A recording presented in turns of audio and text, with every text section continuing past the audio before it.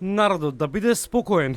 Пратениците на ВМРО-ДПМН ќе гарантираат со изјави заверени на нотар дека нема да гласаат за уставните измени, рече председателот на ВМРО-ДПМН Христијан Мицкоски по завршувањето на гласањето во собранието.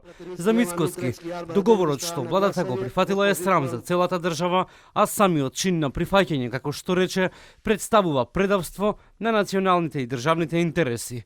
Рече дека и предавството кое што содржи план за бугаризација, асимилација на македонскиот народ ќе биде немирната совест со која ќе мора да живее секој пратеник и секој член на владата кој го поддржа овој срамен документ. Иницијатива на пратениците како гаранција со која се обврзуваме пред граѓаните. За ова наше ветување со цел блокада на предавството, нова влада се изјавите на пратениците заверени на нотар дека со мирна совест и здрава свест нема да прифатат промена на уставот, а со тоа гарантираат со својата чест, совест, оставка која веднаш стапува на сила доколку тоа не се случи.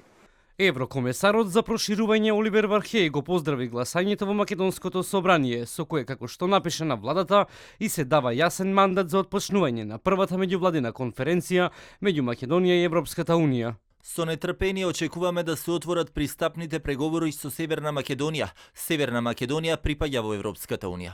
Слична честитка од Брисел упати и председателката на Европската комисија Урсула фон дер Лајен. Честитки до Северна Македонија за гласањето што сега го поплочува патот за брзо отварање на пристапните преговори. Тоа беше историска можност и вие ја искористивте. И председателот на Европскиот совет Шарл Мишел напиша дека изгласувањето на предлог заклучоците е значаен чекор за Северна Македонија и за Европската унија. Суштински чекор за Северна Македонија и за Европската унија. Нашата иднина е заедничка и ве пречекуваме со отворени раце.